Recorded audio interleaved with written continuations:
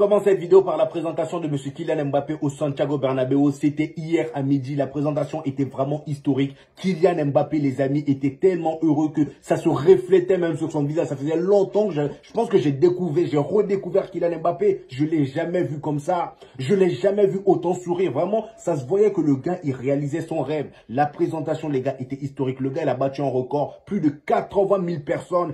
80 000 supporters réunis pour voir Kylian Mbappé. Le poteau, il t'organise un concert, même s'il ne sait pas chanter, ça va se remplir en 2 minutes. Cette présentation, les amis, s'est déroulée en 3 phases pour moi. La première phase, c'est là où Kylian Mbappé rentre dans le stade pour se présenter au public du Santiago Bernabéu. Et la deuxième phase, c'était la rencontre de certains joueurs du Real Madrid. Il n'a pas pu rencontrer tout le monde. Et la dernière phase, c'est ma phase préférée et votre phase préférée, les gars, parce que c'est là qu'on voit que Kylian Mbappé, c'est vraiment l'antagoniste qu'il pense être. Le gars, il est trop cheaté. C'est son moment préféré à lui. Vous allez voir pourquoi je dis ça. Dans la première phase, on a vu un Kylian Mbappé rentrer au Santiago Bernabéu tout souriant, voilà, les mains en l'air. Bizarrement, j'avais comme l'impression qu'il faisait tout pour reproduire les mêmes choses que Cristiano Ronaldo avait reproduit lors de sa présentation au Santiago Bernabéu. Le gars, il a copié, mais il y a tellement de choses qu'il a copié de Cristiano Ronaldo. Même certaines phrases que Cristiano Ronaldo avait dit lors de sa présentation, le gars, il a redit la même chose. Déjà là, l'entrée, c'est l'entrée de Cristiano Ronaldo quand il est arrivé au Real Madrid. Donc là, on voit Kylian Mbappé rentrer, voilà, il se dirige vers Florentino Pérez, il salue tout le Santiago Bernabéu et ensuite Florentino Pérez fait un discours vraiment poignant. C'est franchement les gars, le Real Madrid c'est une grosse institution, hein. C'est pas parce que je supporte le club, mais les gars c'est une dinguerie comment le discours de Florentino Pérez était fluide et genre c'était millimétré, genre t'as comme l'impression que c'est un couturier qui a cousu le discours. C'est une dinguerie, tout était parfait. Le gars, il a présenté le palmarès de Kylian Mbappé, mais juste après, il a présenté le palmarès du Real Madrid pour montrer à Kylian Mbappé que le palmarès du Real Madrid bousille les palmarès de Kylian Mbappé, juste pour que ça rentre dans sa tête. Mais il a quand même fait comprendre que Kylian Mbappé a fait énormément d'efforts. Je pense que là, il voulait parler du salaire, mais les gars, Florentino Pérez en termes de discours, faut pas le voir vieux comme ça, le gars il est trop intelligent, il est trop intelligent. Et bien évidemment, après le discours de Florentino Pérez, Kylian Mbappé a pris la parole et il a parlé au public du Santiago Bernabéu en espagnol. Franchement, son espagnol est fluide. Voilà, vous allez d'ailleurs comprendre pourquoi il parle aussi bien, parce qu'il a dit en conférence de presse, Kylian Mbappé lors de son discours a vraiment montré au public du Real Madrid qu'il aimait le Real Madrid, que son rêve c'était de venir au Real Madrid. Et d'ailleurs là, on a 2 extraits de son discours. Donc il dit, je suis extrêmement fier d'être l'un des joueurs de ce club historique, le plus grand à mon sens. Et ensuite, il a dit publiquement que son rêve s'est réalisé, mais il en a un autre. Il dit, j'en ai un autre, c'est d'être à la hauteur du meilleur club du monde. Alors là, Kylian Mbappé, j'ai envie de te dire, c'est pas seulement ton rêve à toi, ça. Voilà, ça c'est le rêve à tous les Madrilènes, tous les 80 000 personnes que tu as vu dans le stade là, c'est leur rêve. Gare à toi de flop. Avec la présentation qu'on a fait là, si tu flop, mon frère, je pense qu'on va te pourchasser. On va te pourchasser, même si c'est un Timber, on va te cougner, mon frère. C'est pas possible. Là, avec tout ce qu'on a fait là, tout ce que Florentino Pérez a fait là, tu peux pas flop. Franchement, tu peux même pas le faire honte. C'est pour ça même le gars, il a sauté la partie jonglage, parce qu'il sait pas jongler. Voilà, il n'y a pas eu de jonglage. C'est la première fois que je vois ça. Le gars, il a esquivé ça. Déjà, c'est là la dictature commence. Je sais pas faire des jonglages et je vais pas le faire.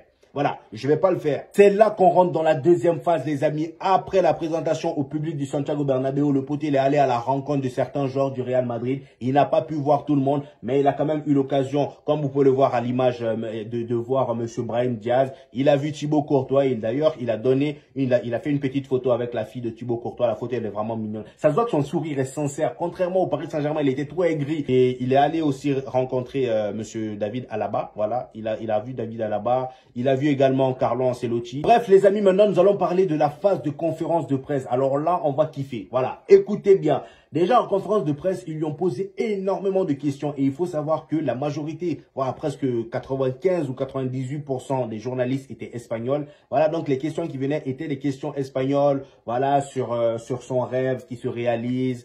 D'ailleurs, la première question qui est arrivée, c'était une question sur Vinicius. Voilà, ça, je pense que ça n'allait pas louper. Avant même de parler de Vinicius, les amis, parlons déjà des autres questions que j'ai trouvées assez intéressantes. Un journaliste qui a pris la parole et le journaliste a dit qu'en gros, Kylian Mbappé voulait récupérer le numéro 10. Et Kylian Mbappé, il n'aime pas ce genre de truc-là. Il n'aime pas qu'on lui fasse dire des choses qu'il n'a pas dit. Voilà, ça, on le sait depuis le Paris Saint-Germain. Mais je pense que ces journalistes espagnols-là voulaient juste, voilà, voir un peu le tempérament de Kylian Mbappé. Et lui, voilà, il ne sait pas laisser faire. Il a montré directement la couleur. C'est pour ça que j'ai dit, lui là, c'est vraiment l'antagoniste qu'il pense être. Le gars, il vient tout souriant, tout heureux, c'est son rêve. Mais vous n'allez pas vous foutre de sa gueule. Il va pas vous laisser. Non, non, non, non, non.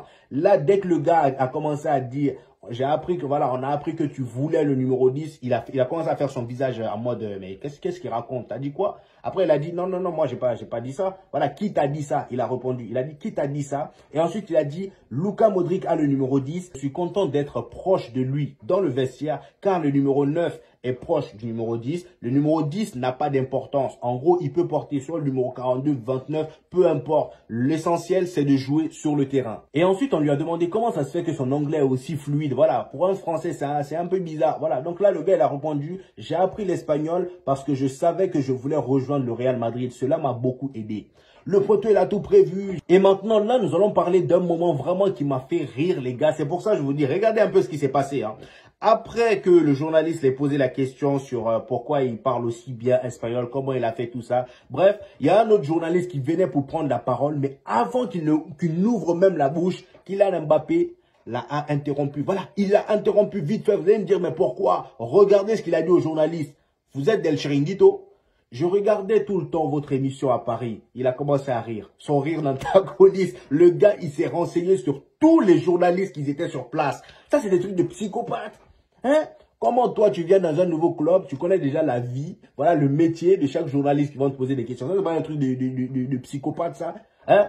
Ça, c'est un truc de psychopathe. C'est pas pour rien qu'on l'appelle Mobutu. Le poteau, là, il est trop intelligent. Franchement, en termes de communication, en termes de parler, là, il n'y a pas son deux au jour. Voilà, en ce moment, en tout cas, il n'y a pas son deux dans le football. Bref, les amis, comme je vous disais, il y a eu également une question sur Vinicius. Donc, on lui a demandé un peu quel est son avis sur son intégration, voilà, son association avec Vinicius. Donc, il a répondu, Vinicius est un joueur unique, un très grand joueur. Je serai très heureux de jouer avec lui. C'est à moi de m'adapter à l'équipe pour soutenir Vinicius et les autres pour gagner. Les grands joueurs savent jouer ensemble. Donc, je n'ai aucun souci avec le fait de jouer avec lui, évidemment.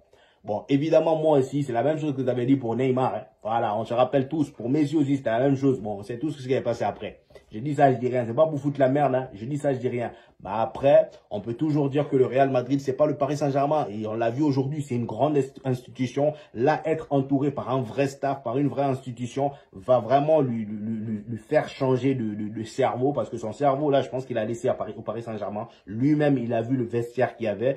Florentino Pérez l'a bien calmé en présentant le palmarès du Real Madrid pour lui faire comprendre qu'on a tout gagné avant toi. Et même après toi, on va te gagner. Voilà. Donc, tu es là, c'est pas pour nous rapporter je ne sais quoi. Voilà. T'es là juste parce qu'on voulait de toi. Point barre. Et il y a un autre joueur du Real Madrid, les amis, qui a tenu à envoyer un message à Kylian Mbappé, les amis. Mais lui, il a écrit un petit commentaire sous un post de Kylian Mbappé. Comme vous le savez, les amis, Kylian Mbappé sur Instagram, il a fait un post, voilà, pour remercier un peu le Real Madrid pour cette belle journée qu'il a passée, voilà, hier pour sa présentation. Et en dessous du post, déjà, il y a Jude Bellingham qui l'a follow sur Instagram. Déjà, il le suivait pas, ça c'est une dinguerie déjà. Voilà, il l'a suivi sur Instagram. Et ensuite, sous son commentaire, il a écrit « Welcome mate », c'est-à-dire « bienvenue collègue ». Voilà, bienvenue collègue, bienvenue camarade. Vous le traduisez comme vous voulez, avec un smiley qui rigole et une main dans la main.